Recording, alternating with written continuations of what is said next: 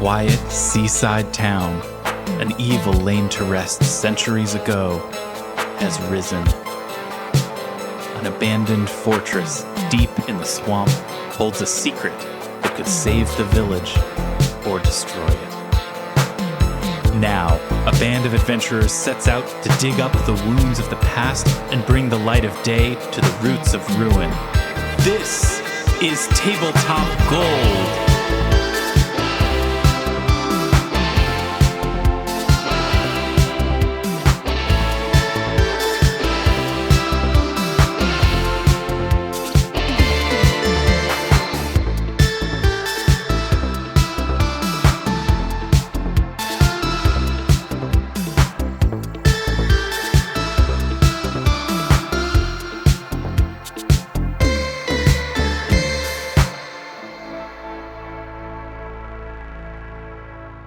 Hello and welcome to Tabletop Gold, episode 216. My name is Lars Casteen. Welcome to the show. I'm joined today by Zoe Chernicoff. Good this time, Lars Casteen. Thank you so much. Armet Humphreys is here. Oh, as many gentlemen on the New York subway told me, good showtime, everybody. Okay. David the Tin Man Chernicoff is here. Good that time, Lars. And Robin Lange is here as well. Good fall, y'all. Good fall, y'all. It is fall. Today was 85 degrees here in New York, and I was sweating my little beans off out there. It was crazy. But you know what else is heating up is our game, and we're going to get into that in just a little bit. Lars, I'm so sorry to interrupt. Yes. Yesterday, when the weather was, you were saying... hot? What was the dew point? Oh, it was okay, 20. Thanks. 12:20.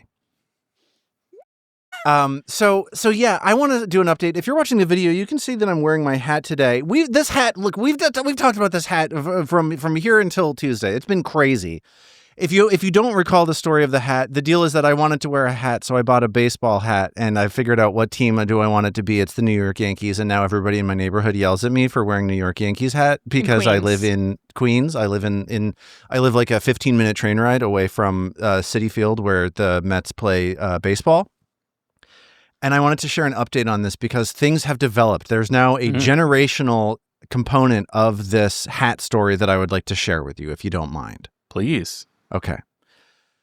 My son was in summer camp this last summer.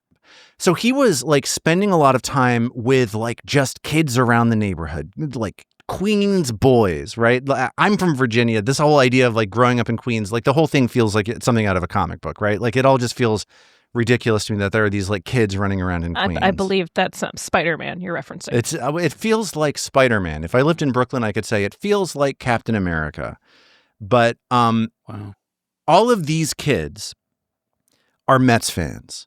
And he got it like in his head over this summer that like he just started talking to me all the time about like, the Mets are way better than the Yankees. The Mets are actually all the kids at camp are saying that the Mets are like the most popular baseball team in New York, and nobody actually likes the Yankees, and the Yankees are very bad.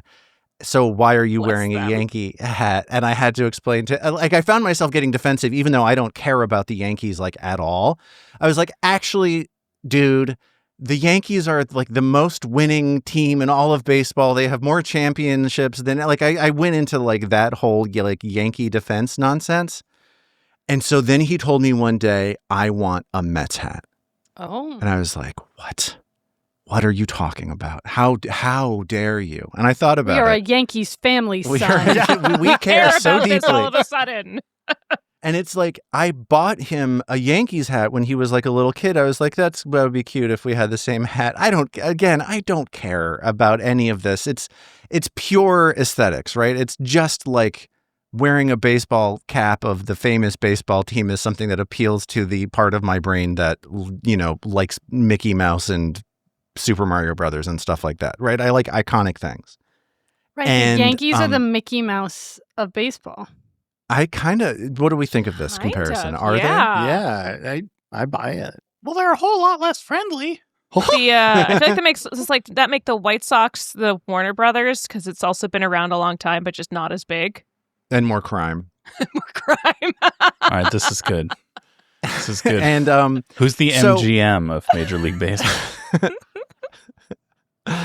and I told him, like, I just want you to know, I think it's fine for you to get a Mets hat. I'm happy for you to wear the Mets cap. I'll buy this for you. This is no problem.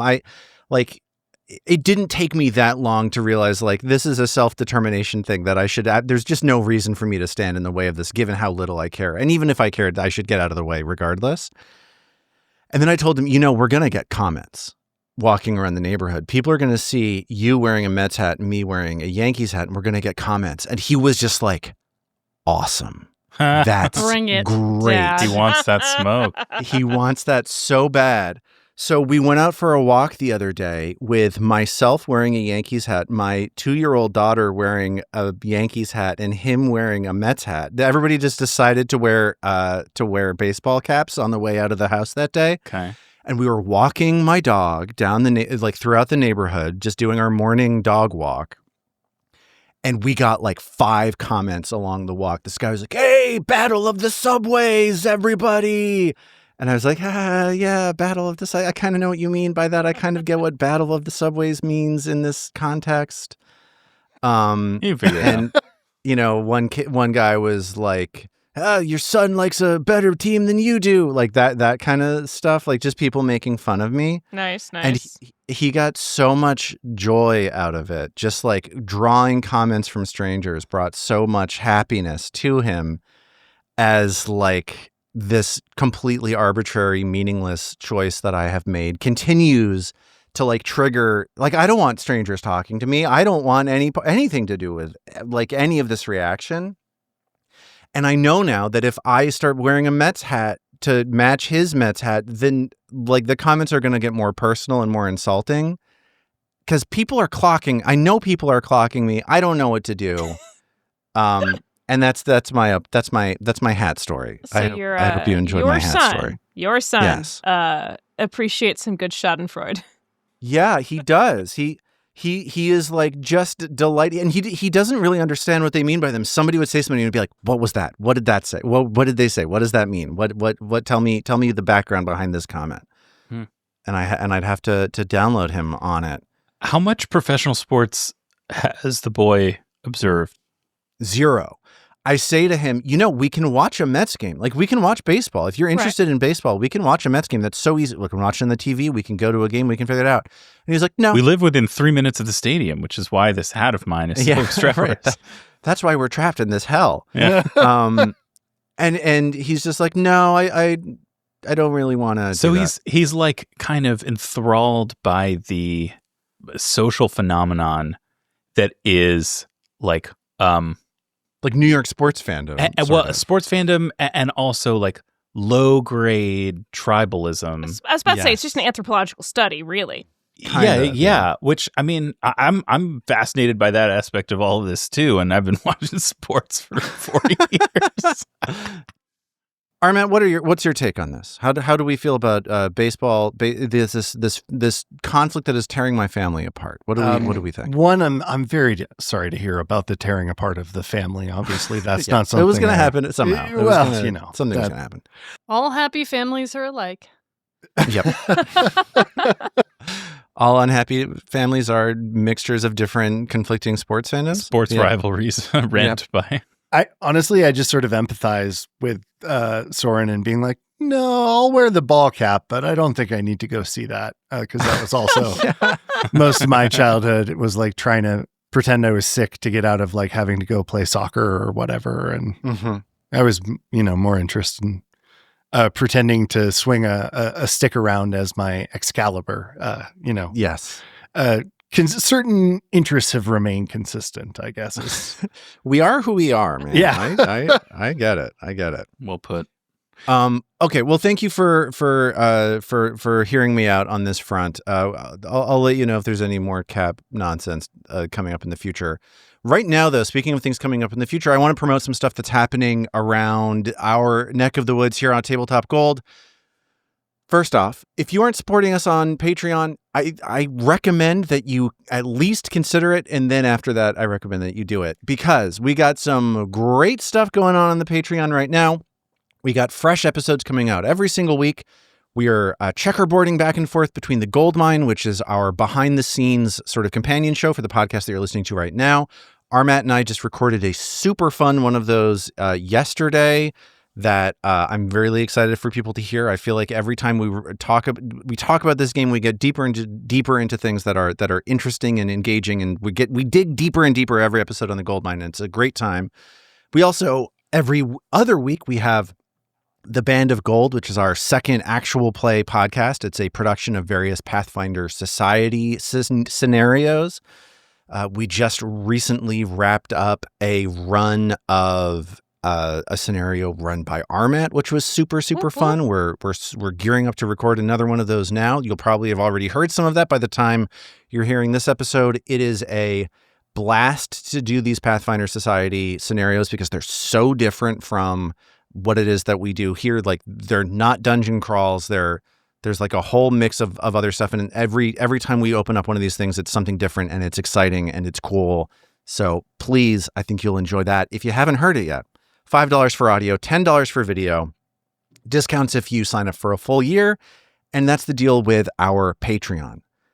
I also want to say, for the next few weeks, live on our YouTube premieres, we are going to be giving away books from Paizo.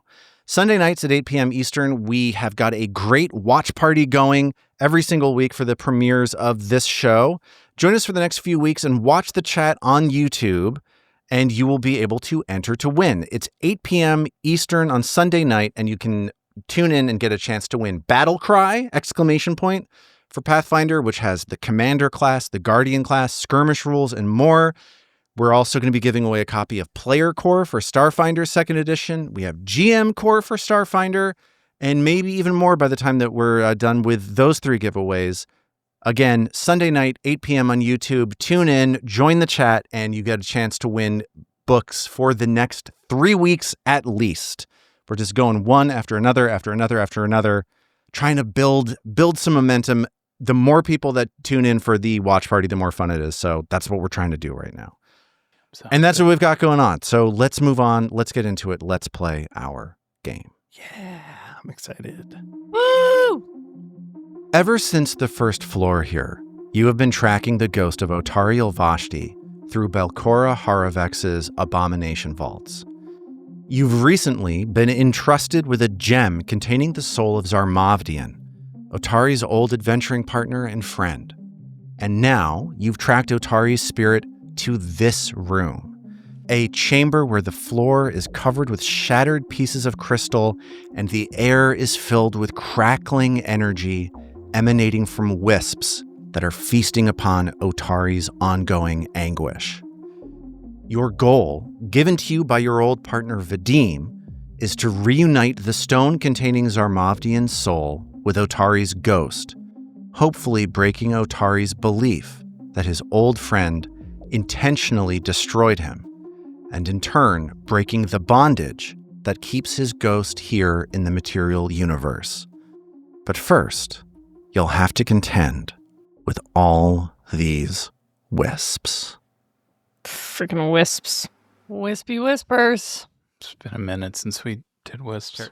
Careless Wispers. That's Oh, correct.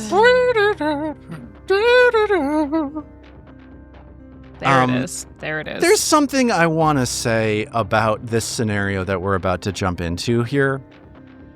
David, last time we played, had a bit of a complaint. I think a well-founded complaint. I think it's something that typically are. Yeah, David made just a great point last That's time. the best point. And don't move on from this. Just keep paraphrasing. We don't even need to say what the point was. No. Just talk about how right David It was. was the best of complaints. It was the best of complaints. So David had a comment last time that I agree with, and I think this has become the reputation of this adventure, that it's too small. The spaces are too small. There's not enough room to move around and get your stuff in. It's tricky.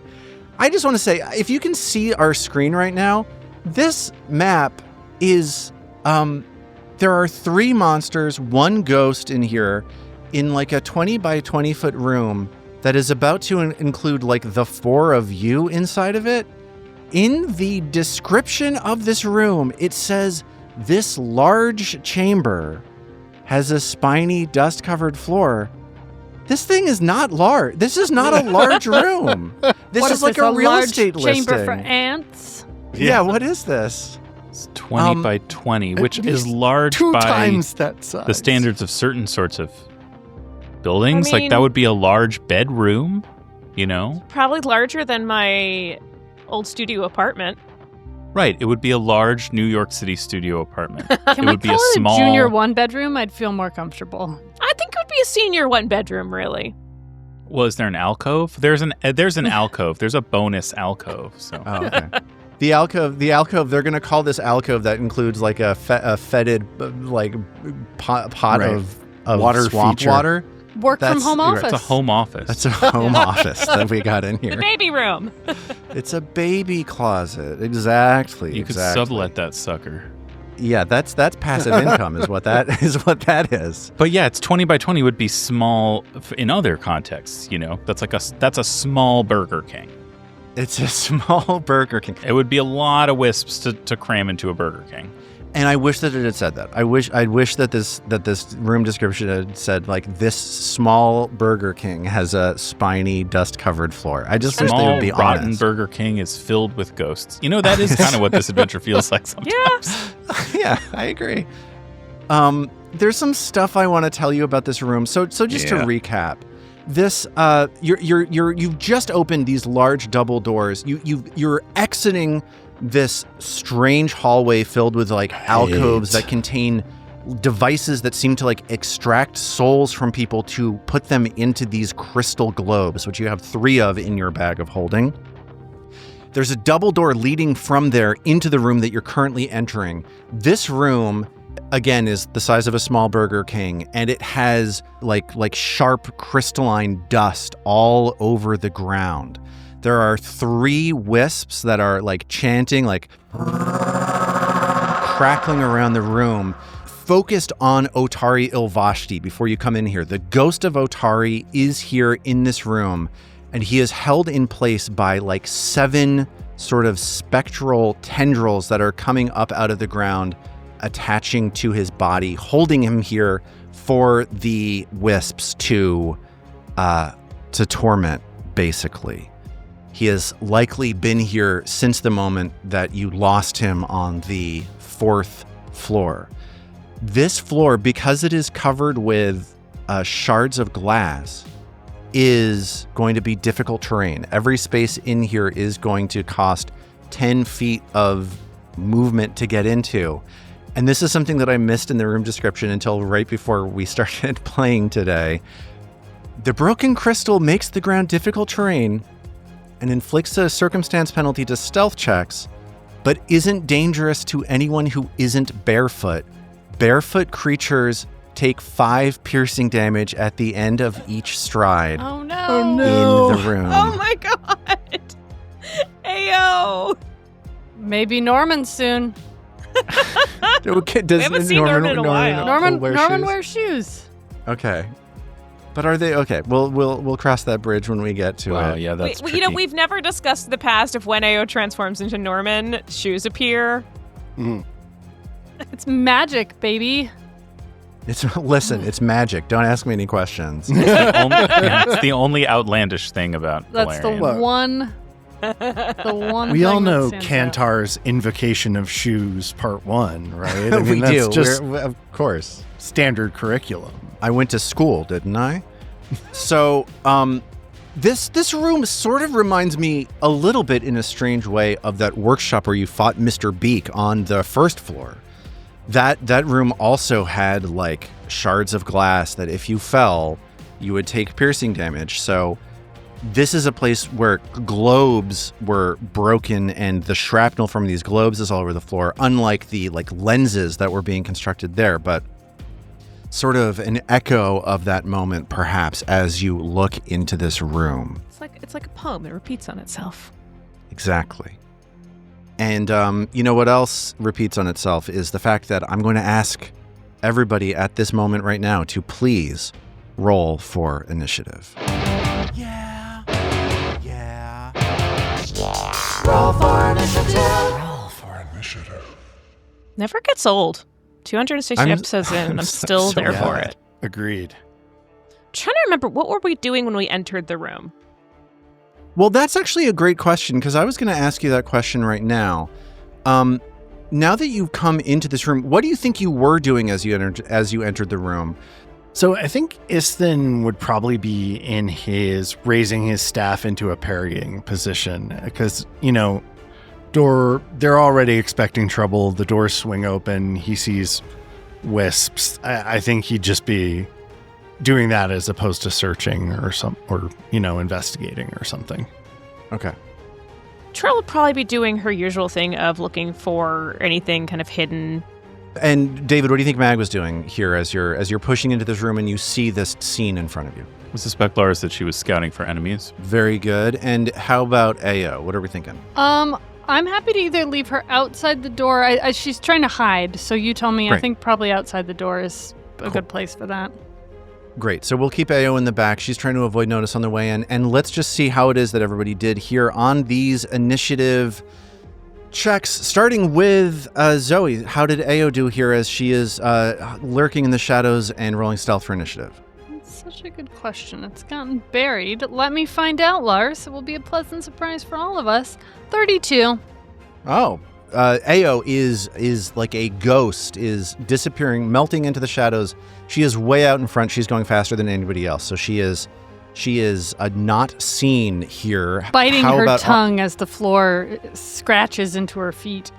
Yeah, well, if Ao's starting outside the room, maybe it's like a snap zoom on Ao's eyes as she sees the sparkling, glinting surface of these shards here on the ground. She sees it, she knows to stay back, and she is not being seen by anyone. Armet, how's Isthin doing here? Isthin's doing okay. He was a little slow off the bat with the 6 on the die, but he got a 23, so I don't know how that stacks up against other scores. scores. Right behind Ao on this one.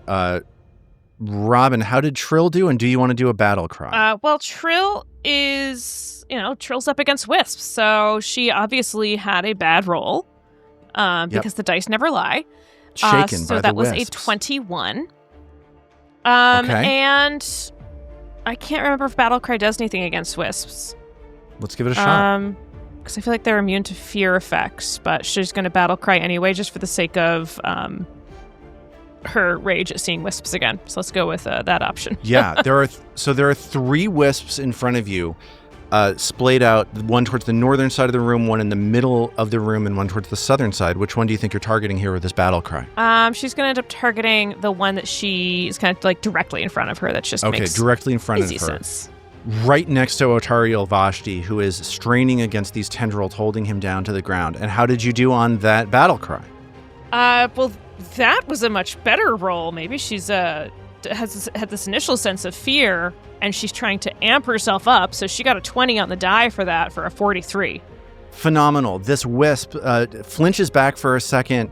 The catches in its mouth for a moment, and it is now frightened too. Fabulous. Okay. And David, how did Mag do on this initiative roll? Not well, Lars. It's only an 18 for Mag. I suspect that actually being confronted with for a second time with the ghost of her the eponymous ghost of her hometown, even if she's half expecting it, is still arrests her in her tracks. It's like seeing Abraham Lincoln in your bathroom. If you grew up in Lincoln, Nebraska. If you grew up in Lincoln, Nebraska.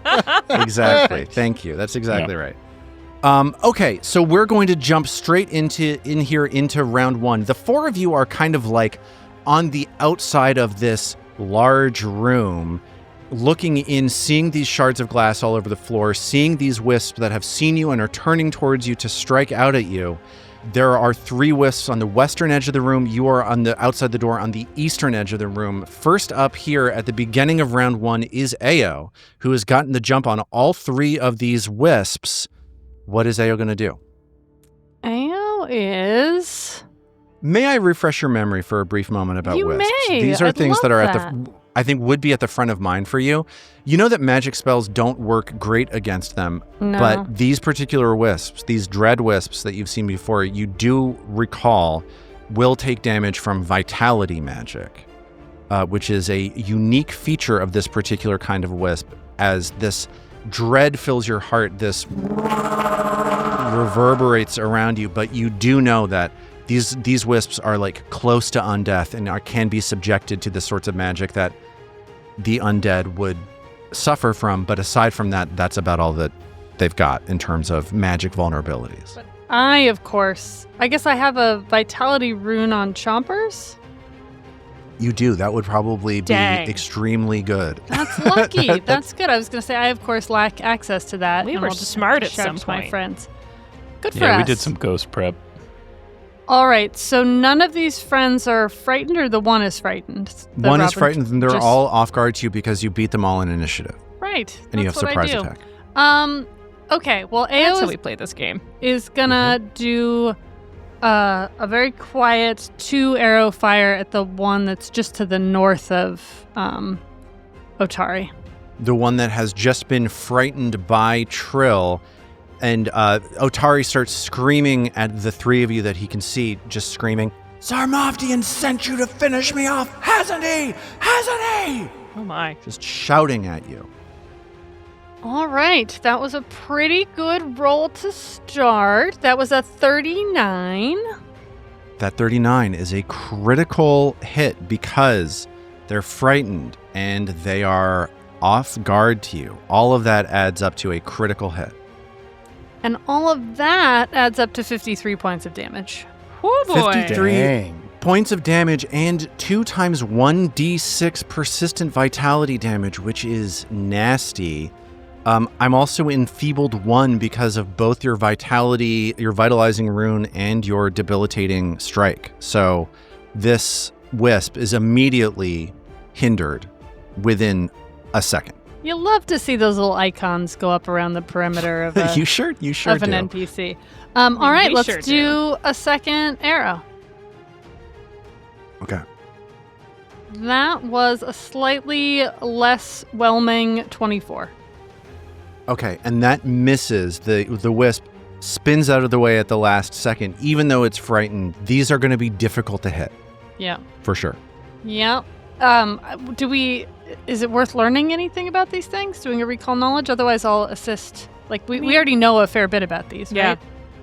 Yeah, you could go ahead and give me an occultism check or any other check that you think could be relevant here for recall knowledge. Sure. All right, let's do that. Blind? Yes, please. Okay. Ao, can you give me 2 questions, please? Do we already know, like, weakest save? I'm happy to answer that question for you right now. I don't know if you've learned that in the past. I think I've given you everything that I know for sure that you know about I would these imagine monsters. it's will, but anyways. Okay. And what else? How about their middle names? Yeah. Okay. Their middle name is Willie. It's Will Willie O Wisp is their name. Yeah. Mm-hmm. And the lowest save, Fortitude save. These are fragile, crackly creatures. If you break through them, you can destroy them very quickly. All right. Crack Okay. in there. Crack in there. Ao lands a massive strike and then steps back to consider what it is that she knows about these creatures, and it is now Isthen's turn. All right. I think Isthen is going to stride right in, secure on his plate boots. Okay. Remember that this is difficult terrain as you come on in. Yeah, so I think that's just 10 feet he's traveled, and his speed is 30, so he could go up to 15, or I guess he can't go to 15, basically. Or he can't? Anyway, then he is going to target you know what, why not? Try it. The frightened and now injured wisp with a spell strike. Oh. Using Frostbite. Now that we know its fort save is its worst one. Okay. And it might not work, but, we'll see. Maybe it can go through. Okay. So, what was your attack roll here on this Frostbite spell strike? So that was a 33 to hit. 33 does hit. How much damage did you do with the staff as Isthen feels the head of the staff crunch into this orb with a cackling skull inside of it? That's 18 points of bludgeoning, and it looks like 1d6 persistent vitality as well, but only AOs will go through, right? Because it's the higher amount. Correct. So that 18 points of damage all goes through. The frostbite, as you see your spell get delivered through the end of the staff, sort of just fizzles out on the staff. You see a flash, and little bits of frost start crawling their way up the staff towards your hands as that magic does not work. Got it. I couldn't remember if it was full-on anti-magic or if it was just a strong resistance. Okay. It is full-on anti-magic. At the end of your turn, and also at the end of Ao's turn, I need both of you to please make a will save that I've thrown into the chat here, as you are subjected to this like crackling, strange light that is emanating off of these wisps. How did Istin do on this save? He got a 3 on the die for a 22. And how did Ao do on this save? Also a 3 on the die for an 18. Okay, you both fail, so you both become frightened 1 as... and you both become frightened 1 as this light sort of shakes you. There's something about the quality of this light that is just too much for you to bear as you gaze into it. Okay. It is now the turn of the dread wisp that is close to Istin on the northern side of the room. Otari continues to shout out at you like, "Tormentors! Tormentors!" as his voice echoes around the room, and the wisp unloads on Istin real quick, brushing up against him, bobbing in the air, and Istin sees this skull getting closer and closer, looming larger and larger in his vision as it comes at him with a bad attack roll, a 23 to hit. That will not hit. Okay. It's going to try that one more time. It circles back around and tries to brush against Istin's back. Another bad attack roll. That's a 20 to hit. Yeah, that will not hit. Bob and weave, Istin! Bob and weave! As it misses the second time, it sort of scowls for a second, then it goes dark and becomes invisible. It is now Trill's turn, as Trill is confronting her least favorite enemy. Yep. One of them is very badly injured on the far end of the room. One of them is invisible on the northern side of the room. What is Trill going to do here? You know what? Trill hates them. Trill's been haunted by them. Trill has big feelings. But overall, the thing is, Trill knows what to do with them. So she's going to do what she do for the first thing that she do, which is her lingering comp for Courageous Anthem for everyone. Okay.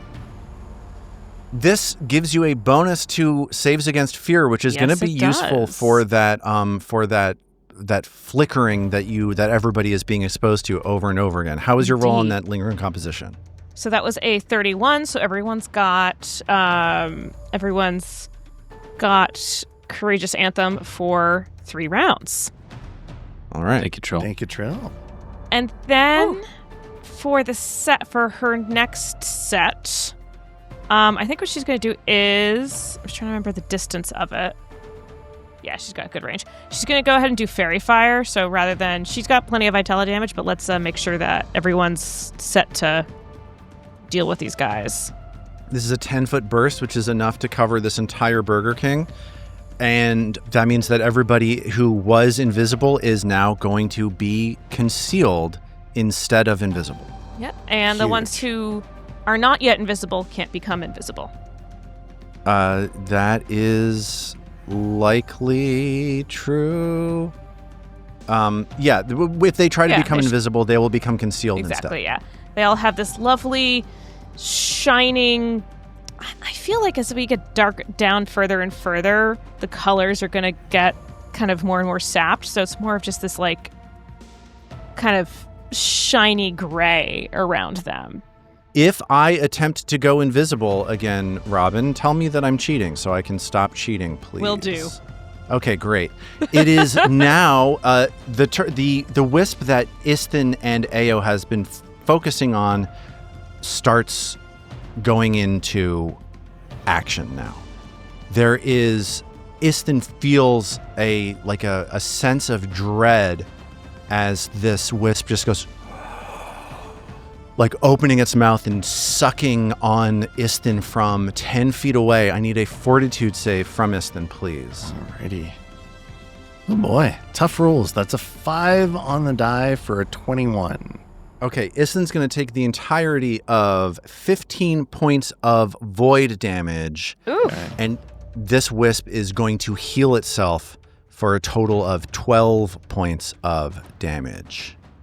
Don't love that. It strengthens itself and is now no longer as badly beat up as it was. Its light that it's emanating from it flares up for a moment as it wobbles towards Istin in the air and reaches out to rub against Istin one more time. Can I do a reactive strike? Give me a reactive strike, and then I'll tell you what I rolled on my attack. 32 to hit. Because it's frightened too, because of Trill's battle cry, that is a hit, just barely a hit. These are tough creatures to hit. Wow, they sure As it are. tries to swing out of the way, it sees Trill for a moment and then twists in the air and then, boom, gets hit by Istin's Spell Striker staff. All right. Middle of the road roll, 16 points of bludgeoning, and the 1d6 persistent vitality. Okay, so all of the healing that it just did feeding off of your despair is kind of like immediately undone, which is great. But that that strike that I just made against you after it is done flying up to you is a 35 to hit. This happened, this is the attack that it was doing on the way that you interrupted. That hits. Okay, Istin manages to bonk this wisp. It bobbles down to the ground for a second, but then lurches back up, and Istin sees this laughing skull right up in his face. That's 22 points of void damage as he feels his life once more draining from his body, and it is now Mag's turn as Mag sees Istin charge into the middle of the room and get struck repeatedly. I'm going to take, at the end of my turn, 12 points of vitality damage, which is actually 22 points of damage because I am super, super weak to that. Nice. And this wisp, as it shudders from this vitalizing magic that Ao put on it, is like on the verge of death. I'm going to see if I save out of that persistent damage right now. I don't. It's just not happening. Nah. So Mag sees this wisp. Before she's even able to act, it is like nearly beaten down all the way. What is Mag going to do on her turn? Speaking of nearly beaten down, Lars, am I following rightly or wrongly that it was 2 times 1d6 persistent vitality damage from Ao and also 1d6 persistent vitality damage from Istin? So when you have persistent damage of the same type, like the same type of damage, you just take the biggest. Got it. Okay. Convenient. Wait, okay. I mean, it's nice that I don't have to keep track of a million. I would also different say, effects. like, if it applied to our enemies, the rules would probably also have it apply to us, and I'm perfectly glad to not have that stack on us. Yeah, this isn't another one of those, like, ties go to the GM things. That's not the rule. Okay. It's something like that. It's something like that. I remember something like that. Yeah. All right. I was thinking about running to the far end of the room and flanking, but I think this thing is going to die. There's a decent chance it gets taken care of before its next turn anyway. So I'm going to start on the last one. I am going to move into the room. There is a square right in front of Otari and between these two wisps. And as you run up towards Otari, he just glares at you, just this like baleful sort of like glowering as you get closer and closer to him. Weird. I mean, our only interaction so far was like pretty positive, you know? Dispelled his maybe he curse hates or whatever. barbarians. I don't know. He probably doesn't recognize me. Yeah, maybe he's just, lost his mind from being haunted by wisps for like 500 years. Let's not go crazy here. Yeah. I don't know. I was haunted by wisps for 500 years, and I turned you're very out well fine. adjusted. Explains Definitely so a skill much. issue. Yeah.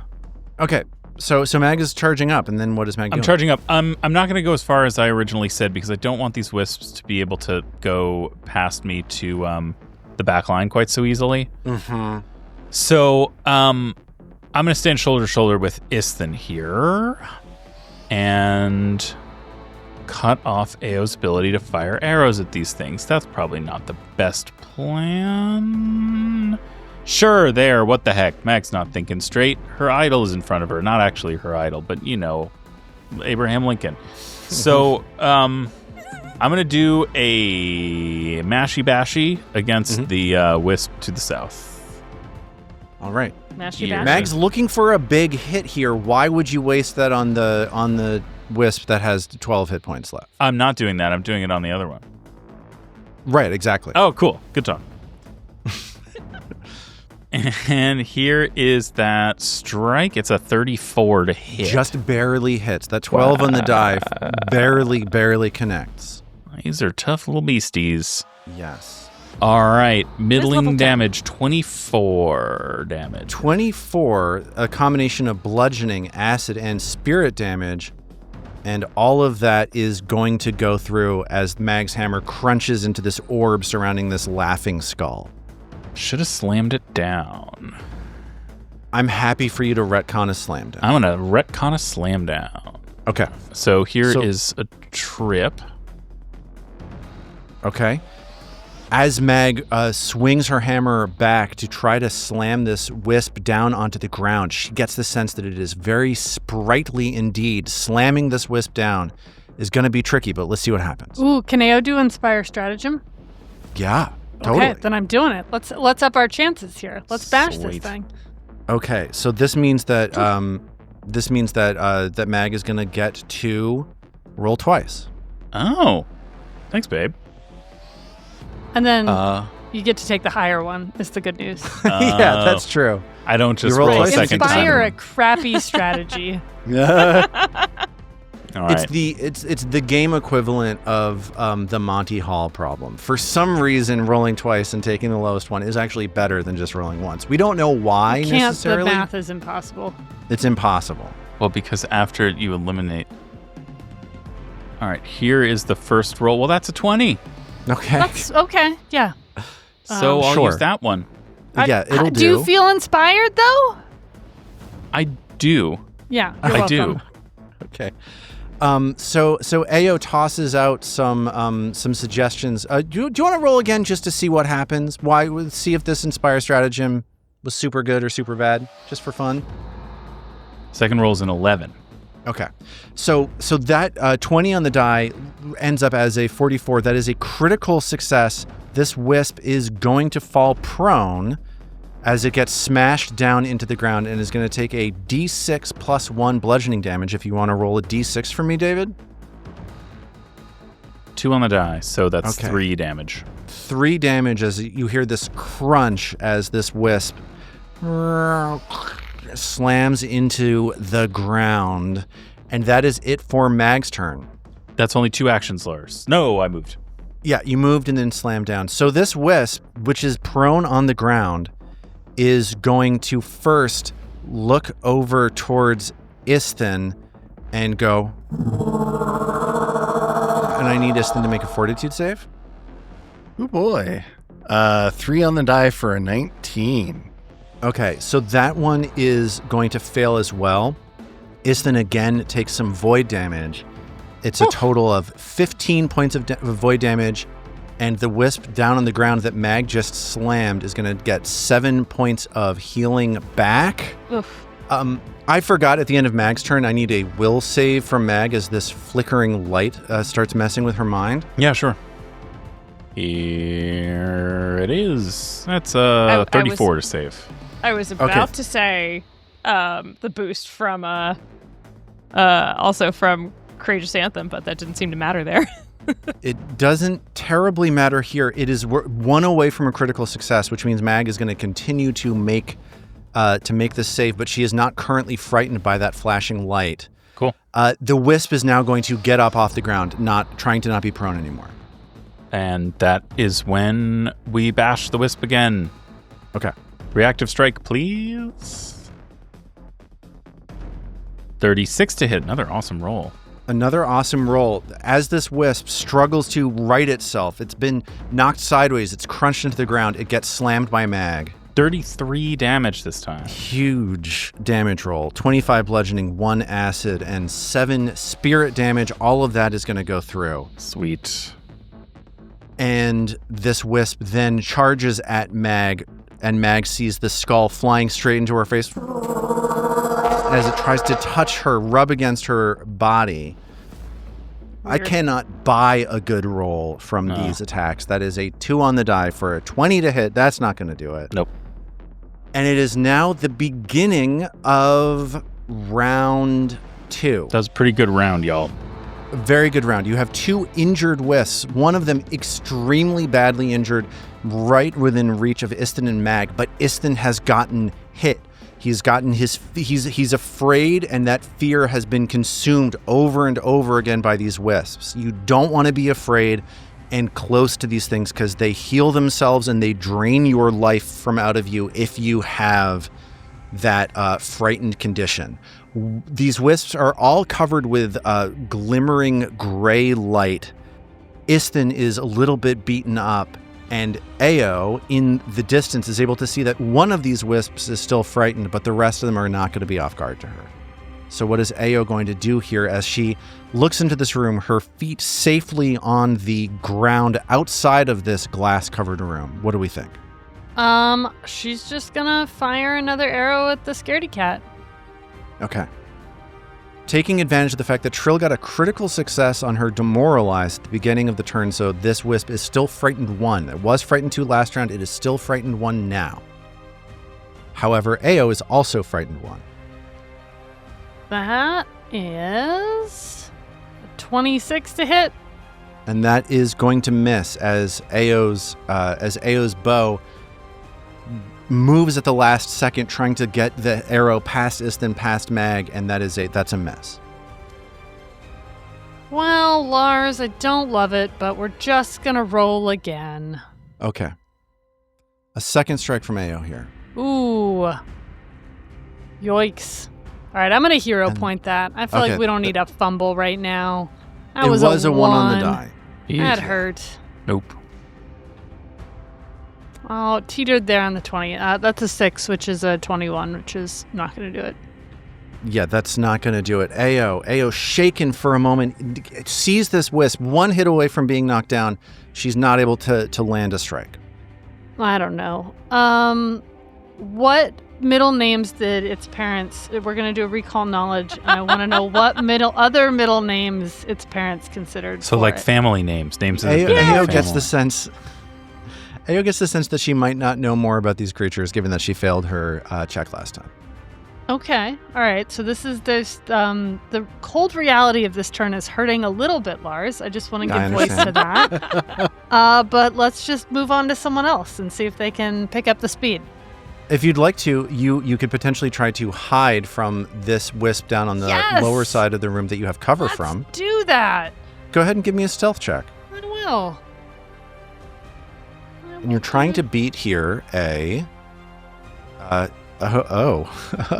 perception is quite terrible. You're trying to beat a 12 here with my your plus 20 stealth modifier. It's like assurance and stealth. Let's see if you can do it. Thankfully there I rolled a 19, so a 39. I'm so hidden. Yeah, they'd forgot everything about you. So Ao is now hidden from this wisp here on the southern side of the room. At the end of Ao's turn, because you are within this flickering aura, I need a will save, please. That didn't go well last time. Well, you do get a +1 this time from Craig's True, Anthem. and that was a better roll than a 3, so 30. So it's actually okay. I think it is a 31, right? It is a 31 with the +1, but that's a success. So Ao is now not frightened at the end of her turn. The frightened that she did have wears off, so now Ao is not going to be a target, at least for this ability that these wisps have that suck on the fear that people have. Unfortunately, Istin is potentially going to be in that situation as we go to Istin's turn. Istin dodges out of the way of a couple arrows coming out from Ao's bow And now he is face to face with a very badly injured Wisp. What is this thing going to do on his turn? Yeah, I think he's going to start things off with just a basic strike. Also, can I say, I've meant to say this for a while now, but I love that Ao is having her like John McClane in Die Hard moment here in this floor. You know, like from with the broken glass on the floor and the bare feet. Fists with your toe. If you're the director of that movie, are you mad or are you happy that nobody talks about like the exploding helicopters and like all of the other stuff that you spent millions of dollars on, and everybody just loves thinking about Bruce Willis's feet in that movie? Do you get what I'm saying? Are you connecting with what I'm putting down here? No, I think that all tracks. Okay. John McTiernan, actually, I watched one of his first movies recently, and it's like Pierce Brosnan as a French anthropologist in LA who is like fascinated with this roving band of like punks. It's the hottest mess I have ever heard. You described my perfect movie. Yeah. What's the name of this movie? Not till you hear his accent. Oh no, I'm even more interested. What's this movie? It's called Nomads, and please do watch it so we can talk about it, because it's fucking bonkers, and I can't wait to talk about it with someone. It's bananas. Right. Okay, more Nomads content coming down the pipeline. Strap in. Haven't done a movie club in a while. Yeah. You'll come out being like, that guy directed Die Hard? Armat, how did Istin do on this regular old strike? Better than John McTiernan in Nomads. That's a 38 to hit. That 38 to hit will definitely hit. Awesome. Even though Istin is a little bit shaken. Yeah, a little off balance. 15 points of bludgeoning damage. 15 points of bludgeoning damage is going to do it. This creature had 13 hit points left. Istin slams the Spellstriker staff into this orb floating around this wisp, and the whole thing shudders and falls apart, and these two sides of this orb land on the ground, and just crackling electricity pops out as it, and it falls inert on the ground. And Istin, channeling his childhood hero Snowman, says, "Oh, really? Leaving so soon? Oh, Wisp, you could have stuck around longer."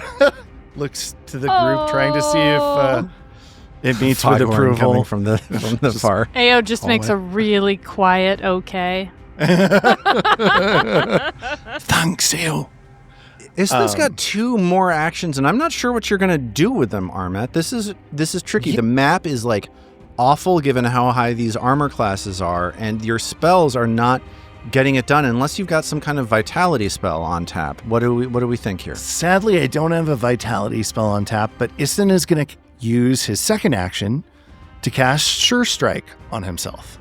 Okay. And then he is going to go after the wisp that was invisible, now simply concealed. And because he's got the buff from Sure Strike going, he doesn't have to make the flat check for that. A glimpse into the future ensures your next blow strikes true. Istin has a vision, sees his strike connecting. Let's get 2 attack rolls, please. All right, here we go. Okay, that is I got an 18 and a 7, so we're going to go with 18, and that's a 33 to hit. That 18 hits on the button because of the Courageous Anthem. Oh, thank you, Trill. These creatures are hard to hit with a second attack in the round. Yeah. All right. Okay, that's 15 points and 1d6 persistent vitality. And that persistent vitality is really, that's the story here. That's what's best about this strike. That can potentially pay off to be like easy damage that you don't need to punch through this armor class for, that will just hit over and over again if you get lucky. At the end of Istin's turn, he is going to please make a will save as this flickering light gets to him. Oh boy, that is a 1 on the die, and you know what? I'm gonna take it, I think. Okay. Now's Istin not the becomes time. frightened 20. too, and the remaining wisps focus on him to feed on his fear. This is going to be a race. Can you get through these wisps? before they manage to bring Istin all the way down, because this fear is just going to keep hitting over and over again. He's frightened, meaning he is more likely to fail this save again in the future. Can the party take care of these wisps before Istin is brought down is the question. I'm going to help answer that question right now. I'm going to answer that question right now by taking a turn with the wisp here on the northern side of the room, the invisible wisp. Istin's going to need to make the concealed wisp, the fairy fired wisp. Istin's going to need to make a fortitude save first off. All right, let's see. Oh my god. I am going to hero point this. Yes. This was a 1 on the die. 1 on the die, yeah. Okay. It was 2 1 on the dice in a row. Yes, he's doomed. How I can't seem to do the pop out and re-roll thing. I don't know why, but just go ahead and roll another save. Perfect. Oh, here it is. Now I can do it. I just had to click it. Click it or ticket is what the police officer always used to say to me. Uh-huh. Yeah. That's a 27. Did he also say that to you? He said that to me. It was weird. He said it's a 27. I said, huh? But it was relevant here. That 27 on the button is a success, meaning that Istin is going to take half of these 23 points of damage coming his way. Ooh. And the wisp is going to heal up just a little bit. A pretty good healing roll. It's going to heal 14 points of damage as it feeds on Istin's fear. Istin is shaken now, and these wisps are going to prey upon him for that. I'm going to come out now as this wisp. It continues to capitalize on this. It tries to strike out at Istin. It flies up towards Istin with a 37 to hit. Yep, that'll do it. That'll do it. Because it is enfeebled by Ao's debilitations, that is not a critical strike, which is huge. Thank you, Ao. And here comes a damage roll. It brushes against Istin for 25 points of damage. I'm not feeling so good. It's true, you aren't. Also, I'm not enfeebled. Why did I think I was enfeebled? The other one is enfeebled. Hey, Istin, I've got bad news for you. That was a critical hit. Oh, no. So it's a total of 50 points of damage, and Istin is now drained 1. Oh, no. Meaning his con is now down. He has fewer hit points than he had. How many hit points does Istin currently have? He currently has 5 hit points out of 118 left. Wow. Okay. Yeah. And that was just that's better 50 than 0. damage. Come on.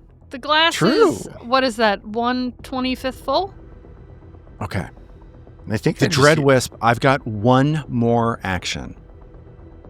It's going to strike out at Istin one more time. That time, it is a 1 on the die. The dice gods love me! A fumble card because you fumbled hard. All right. Is this the Ace of Spades? It is the It is trace 3 of spades. Of spades. We're running low on spades, though. 1, 2, 3, 4, 5, 6 spades left in this stack. Damn. Istin lives. Istin lives for another round. That's huge. At the end of the Dread Wisp's turn, it is going to take a total of 4 points of vitality damage, which is going to trigger that weakness. I should just mention it. This wisp, when it struck out at Istin, when it consumed Istin's fear, the light flashed back on, so it is now not invisible and not concealed. If you catch what I'm saying. If you catch my drift? Okay, good. I'll take that as a yes. Yeah, it is now Wink, wink, Trill's nod, turn. nod. Trill sees Istin brought down nearly to his knees. He's frightened. He's drained. This is a bad time for Istin. What is Trill going to do? I'm going to kick myself for it, but at the end of Trill's last turn, was she supposed to do a save against the fear effect? Maybe. Because I did. You 1, didn't ask 2, me to 3, do 4. one, and I yeah, didn't do it. Istin, Trill should make a will save Yeah. here. So before Yes, I do please. anything, let's do that will save that I should Okay. have done. So Great. the Thank you. above Thank you, board Robin. Yes, of course. Oof. And that's a 324. Okay, so that 24 means that Trill is going to be frightened 1 here at the beginning of her turn. Okay. That is fair. She's frightened. She sees her friend at death's door. So let's go ahead and target Istin and do some healing. Trill's gonna do a 4th rank soothe. All right, how much healing are we looking at from this soothe from Trill? That's 35 points of healing on Istin. Huge. Okay. Thank you. He is still in a bad situation, but he is at least going to be able to take a couple of hits here. And Trill's got one more action. Yeah, I think for Trill's last action, then I know it's not the best use of a spell slot, but I'd rather just do it. Just gonna go and cast a demoralize? You're going to try to demoralize one of these wisps? I wasn't going to do that. That might be a better idea. I was going to just throw a force barrage at it because I know they're still weak to force barrage from my memory of the other ones. Demoralize might be more helpful, though, to others. Is Trill close enough to demoralize? Definitely. Yes. So Trill's gonna go ahead and demoralize the one closest to Istin to try and help Istin out a little bit. Okay. Now that she's healed Istin, she's going to go and scream at it. Got it. Thank you. Let's see how that goes. Ooh, another bad roll. It's 25. 25 means that this wisp is unaffected by Trill's frightening music. Well, she did her best. Okay. And her best wasn't that great. A little bit of healing, a little bit of support from Istin as she just tries to keep the people in the room up. Ao is currently hidden from, and it's not even her turn. I don't even know why I'm telling you. Which is nice to know. It's nice to know. It was such a good hide that if anyone was worried, it might not still be there. It is. It's Mag's turn. Mag has gotten lucky on not being frightened by these creatures. Oh, sorry. Should Trill do another will save? Of course. Yes, please. Another will save. I'm trying Thank you. Look at me being so honest here. Look at you. I could have just stayed quiet. And you can roll occultism for it, though. Gone away with it. Can I? That'd be great. It's a really interesting thought. And that's a 29. Which is a critical success. Oof. Meaning that Trill is going to be immune to this from now on. So now when I forget to ask you to do it, it's going to be the right choice. Great. Okay, it is now Mag's turn. Mag sees Istin as he's like wheezing, holding on, getting just like ganged up on by these wisps. The energy that these wisps were paying to Atari, who just screams out, "Tormentors, all of you!" That attention is now being paid to Istin. So what is Mag going to do here to intervene? I'd like to start with another 2-action slam down on the same foe as before, please, and thank you. Yeah, you're welcome, and thank you. Well, the first roll is a 25 to hit, which is definitely not going to do it. So those 2 actions go bye-bye. The 2 actions go bye-bye, but your map only increases to -5. Yeah, so I just got to hit it again. I had other plans for that 3rd action, but they involved succeeding on the first one. Sure. It's hard when that happens, right? I prefer succeeding. All right, 26 to hit is also not going to do it. That's not going to do it. Mag had the answer for a while, but is just not able to get the strikes that she needs. If she can't hit them, she can't hurt them. At the end of Mag's turn, this flickering light once more gets into her eyes, and I will need a will save. And so shall you have, my friend. It's a 20. Okay, that 20 is a critical success, meaning that Mag sees through this dread flickering and is immune to it from now on. Yeah, I feel like I'm using up all my will save luck here, and I would like to preserve some for Belcora, please. Okay, that's how that works. It's the beginning of round 3, and Ao is hiding in the shadows here in the hallway, looking into this shrapnel-filled chamber where the dread wisps presumably would have been fed souls of the fallen would-be participants in this Nimbaloth cult thousands of years ago. She is looking at a scene that is nasty. Isthin is not feeling good. Isthin is in danger. Isthin still doesn't have a lot of hit points, but she is hidden from the wisp on the southern side of the room. What is Ao gonna do here? I think she's gonna run in and treat Isthin. Okay, so not taking advantage of the hidden. If you run in, this creature will see you. Well, I guess in theory, Trill could do some battle, like healing. I just don't want to leave Isthin to. I don't think you're going to have to, but I'm just suggesting soothe, if you want to get a strike out, you're going to want to do it before you run in. Okay. And I hid to the one on the bottom, right? Or the bottom one, yes. Yeah. All right. Let's fire another arrow if I have to. Here I am trying to help people, but no. Yeah, but it's just you should help them after you shoot the guy is what I'm trying to suggest if you want to capitalize. Okay, so there's there's a PEMDAS problem. I getcha. It's a PEMDAS issue. All right. I prefer gems. That was a 31. That is going to be a success. That is going to work. Well, moderate damage roll, 10 dam.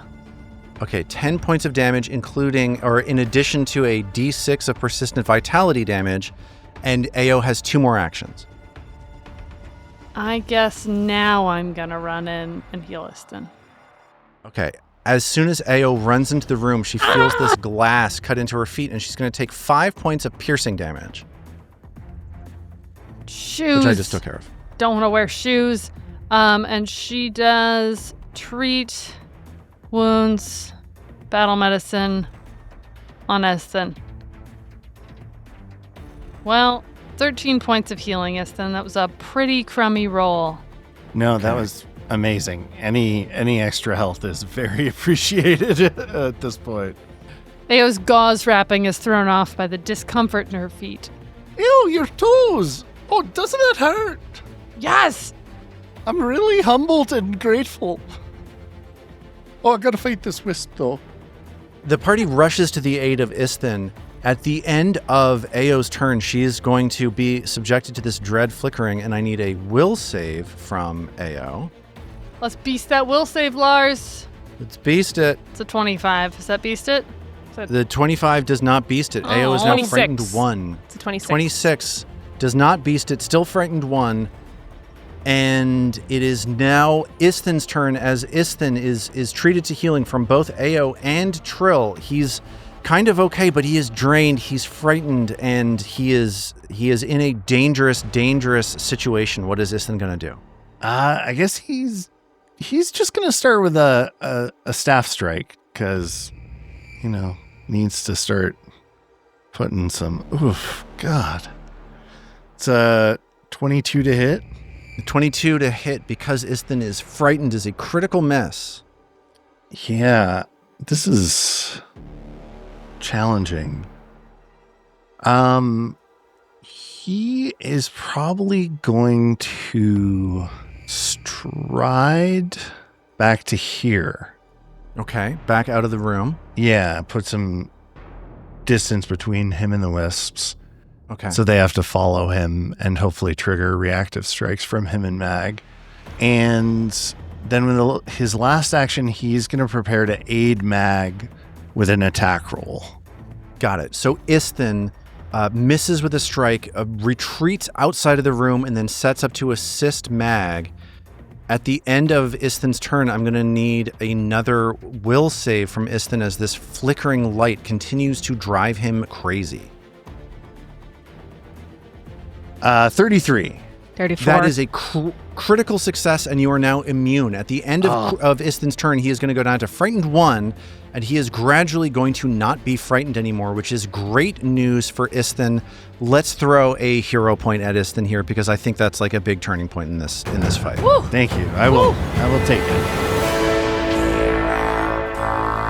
Okay, as Isthin flees, though, the dread wisp that is on the northern side of the room starts focusing on Ao to try to consume her fear now that she is within reach and she is frightened.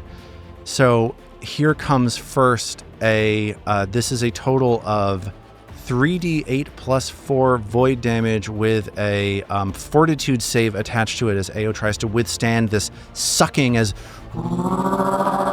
overwhelms her, and this creature tries to consume the fear that she feels.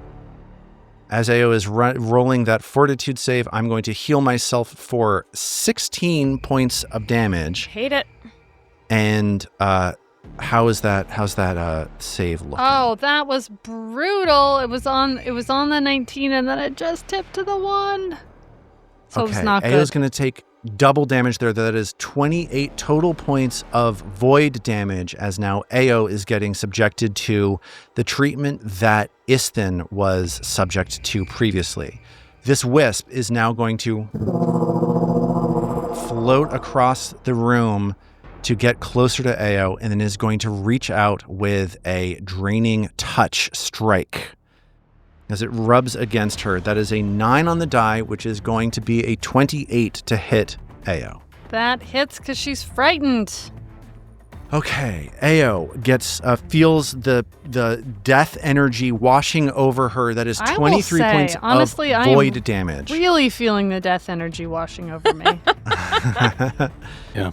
And that's it for the Dread Wisp's turn. It is now Trill's turn. At the end of the Dread Wisp's turn, I'm going to take maximum vitality damage, which is a total of 16 points with the weakness figured out included. I'm going to try to save out to not take this persistent damage anymore. I fail. These vitalizing runes are continuing to chip away at these wisps, and it is now Trill's turn. Wasn't it 2 times 1d6? That was for the critical strike on the first one. Oh, so that's gone. Man, persistent damage is like the hardest thing in this game. It's pretty intense. Who remembers? Well, Trill's going to move into the room Okay. because she needs some better aim. And since she was kind of stuck behind everyone at that point. Oh, does that trigger a Yes. reactive strike? Sorry, autopilot. Why? No! It's worth asking. It's worth asking. You don't know unless you ask. That's true. Trill's going to target the wisp closer to Mag. Oh, that definitely triggers a reaction. Because that is more injured. And Trill's going to now pull out some of that vitality damage now that her compatriots are no longer near death. And we're going to do vitality. She's going to rub that brooch that she's got. Give it a nice rub-a-dub like a genie. Yes, Menhemez's brooch. And yeah. Yeah. Otari sees you rubbing that brooch and starts seething at Trill because he remembers that brooch from his life. Well, here it is. That is an 18 on the die. So I'm going to take half of how many points of damage? So you're going to get half of 22 then. Okay. This thing, the automation is wrong in this. I'm taking half of 22 plus 10. I'm taking 21 points of damage as this vitality magic. It manages to bust through. I don't know what just happened. It manages. Mother of God. What's going on? I don't know, man. It's just doing stuff. It's just doing stuff. Stuff is That's happening. how it be sometimes. Computers. What are computers? So, dude, I have this like ongoing obsession with things that happen that only make sense in the digital world, but there is no analog in the physical world. Yeah. And that, like a token just kind of like moving up for itself for a bit. It's like you take it for granted when it's on the computer, but or someone talking and being on mute. It's like makes total sense when you're in an online meeting with them, but there's no such thing as being in a room with a person and just randomly you aren't able to hear them, but they can hear themselves. Yeah. If that does happen, Anyway. it's generally a medical emergency. Right. It's very clear how to respond to it, and it's not making suggestions. Yeah. That's all to say that this wisp, even though it succeeded on this fortitude save, does take a big chunk of damage from that, and it's looking pretty badly injured as Trill rushes forward and manages to connect with some vitality magic. It is now Mag's turn. Mag feels Trill rush up to her back and sees Ao and Isthin injured on the back lines. What is Mag going to do? I really want to try to finish the job. It was incredibly silly to slam down a second time when I learned from the first one that the reflex save was so good. If I grab it, I will take a map on a hammer strike though. Correct. And I'm currently being aided by Istin on this thing, so I'm sort of tempted to do it in the other order. Hit it and then grab it. I'm going to hit it then grab it. Also, if I finish it off, I'll save the action. So I'm going to hit it and then grab it. Great. Okay, here's Istin's aid. That is a 23. So that's a success. This is going to be a +1 to mag strike. All right, and the strike will now be a 37 to hit. And that is going to hit. Okay. So this hit and then grab strategy is so far working out okay, if for no other reason than the fact that Mag is getting a two-handed strike off at this this wisp right now. Which means a higher damage roll, in this case 34 damage. 34 damage. That is bludgeoning, acid, and spirit. That is enough to kill the wisp as this final big strike brings the wisp down. Excellent. Down to one. One really annoying one. Yeah. Now, if I were to grab this other one, would it still be able to become like invisible or concealed and stuff? Or would my grabbing it prevent it from winking out of existence? Your grabbing it would not prevent it from winking out of existence, but it would give you a distinct advantage if it were to do that by it being held in place by you. But can't it not because of Robin's fairy fire? It will turn concealed instead of invisible, yeah, yes. It just can't be invisible, yeah. I want to get clever, but I also just sort of want to hit it instead. Heart wants what it wants. You know what I mean? Wait a minute. That phrase has been used to justify a lot of really reprehensible behavior. I don't know if we really want to. Yeah, I'm gonna. Well, I got to step towards it, so that's action 2. I can't fully wall off everyone who's hurt here, but I can give them some room behind me to move into, I suppose. So that's probably should come next to it, directly south of it, and yeah, I'm just gonna hit it. Okay. Love to hit it. It's only a 27. Okay, and that 27 misses as this wisp dodges and ducks out of the way. Here we go. It's the top of round 4, and the situation is radically different than it was at the beginning of the last round because Ao has rushed in, Trill has rushed in, Istin has retreated outside into the dust-filled hallway leading into this room. Otari continues to howl just in agony at the situation, seeing these people that he associates for some reason with Zarmabdian coming into the room. It is currently Ao's turn. Ao is barefoot in a glass-filled room. She is frightened, and she is face-to-face with a wisp. What is she going to do next? Can you distract a wisp? Yes, definitely. All right, she's going to try to distract it. Okay. And Ao, attempting Oh, go ahead. to create a diversion, even though she's frightened. So let's see how that works. You don't need to lay it on too thick, all right? We're all trying our hardest. What would distract a wisp? She says, oh no, an enormous grothlet with a huge bucket of water that's going to put you out. And she points into the pit. Okay.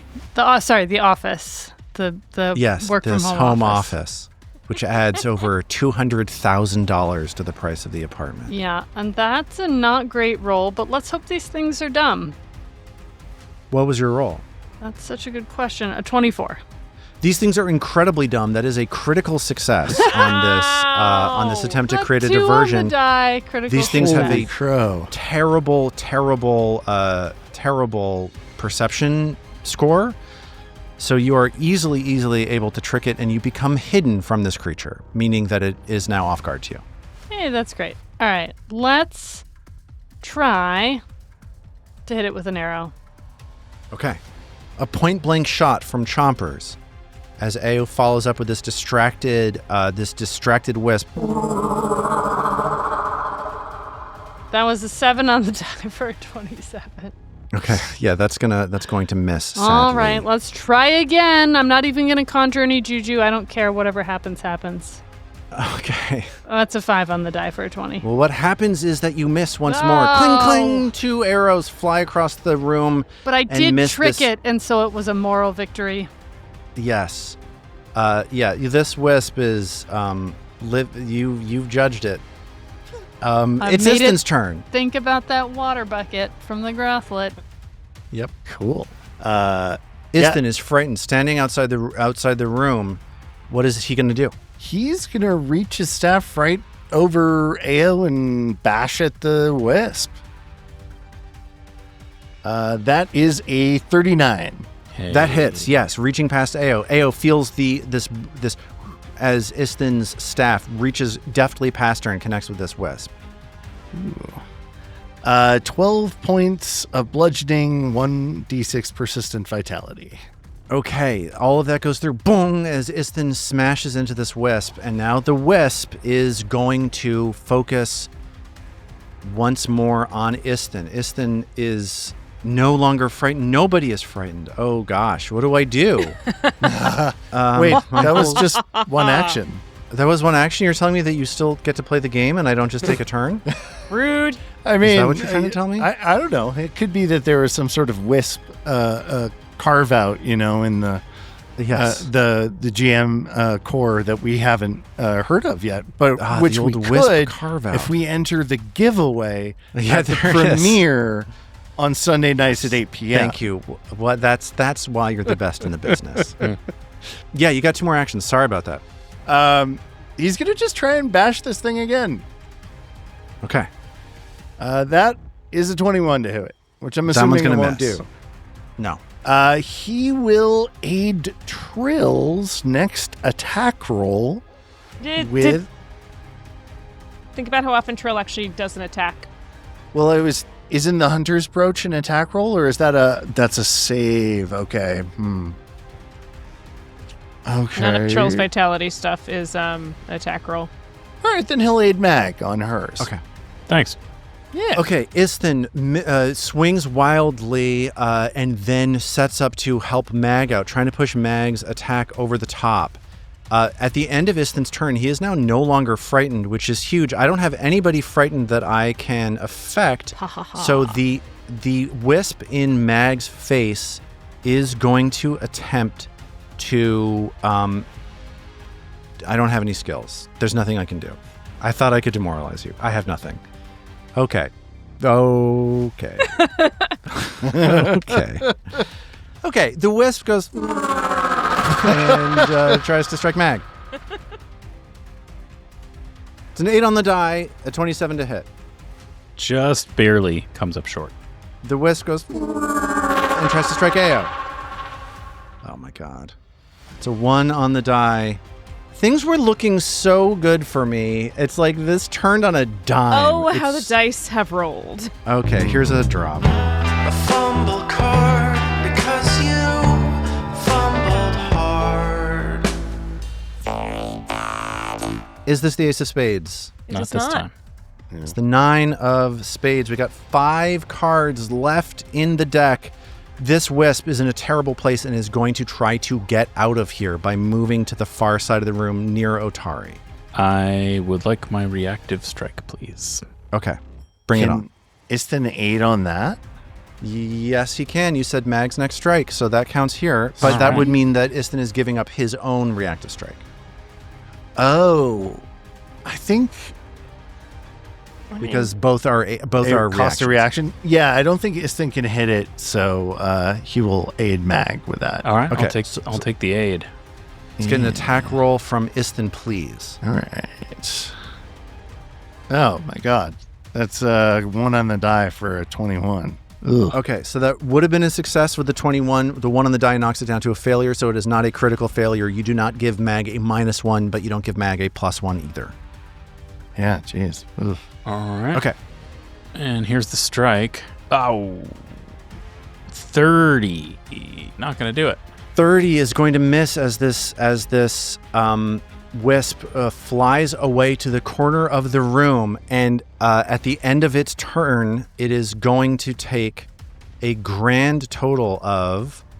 it's going to take some vitality damage. It is a total of 14 points of vitality damage with the weakness, meaning that Trill sees this wisp fly away, get a little bit injured, and what is Trill going to do on her turn to close this off? It's in such a good spot right now. Let me just quickly do some math. Apologies. Now that it's 10 feet away from me, this is a perfect time for me to do my algebra homework. She's going to spiritual torrent this mother effer. Releasing a spiritual essence in a torrential blast of energy. Whoa! Oh no, too many ones. I don't love that. But that is 34 points of vitality damage. 34 points of vitality damage as this wisp makes a fortitude save. And that is a 23 on the roll. So that's a on failure. On the die, and we'd have some questions, sir. It had to pass a 29. Okay, and that 29, that failure means I'm going to take, oh my god, this thing again just doesn't know how to do what it's going to do. I'm going to take a total of a lot of damage as I fail that, and that is enough to bring the wisp down to the ground as Trill's vitality magic rips through it. Hell yeah. This creature Spiritual squeezes torrent! apart, an explosion of sparks and electricity as this wisp crumbles down to the ground, the shell of this orb crunching onto the ground like the various crystals containing the souls that these creatures feasted upon for so long. Somewhere in your bag of holding, perhaps, a stone containing Zarmavdian's soul starts pulsating as Otari, 10 short feet away from you, starts wailing out in torment. How will you bring these two together? What will Zarmavdian be able to say to help Otari out? We will find out when we come back next time. Spiritual torrent! I love That spiritual was awesome. torrent!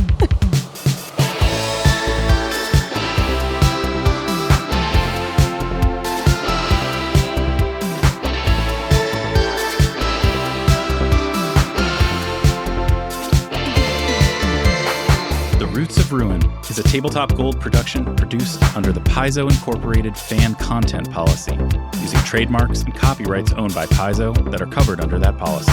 The Roots of Ruin is not published, endorsed, or specifically approved by Paizo. For more information about Paizo Inc. and Paizo products, visit paizo.com.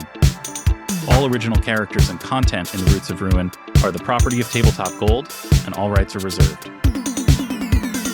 We at Tabletop Gold would love to hear from you.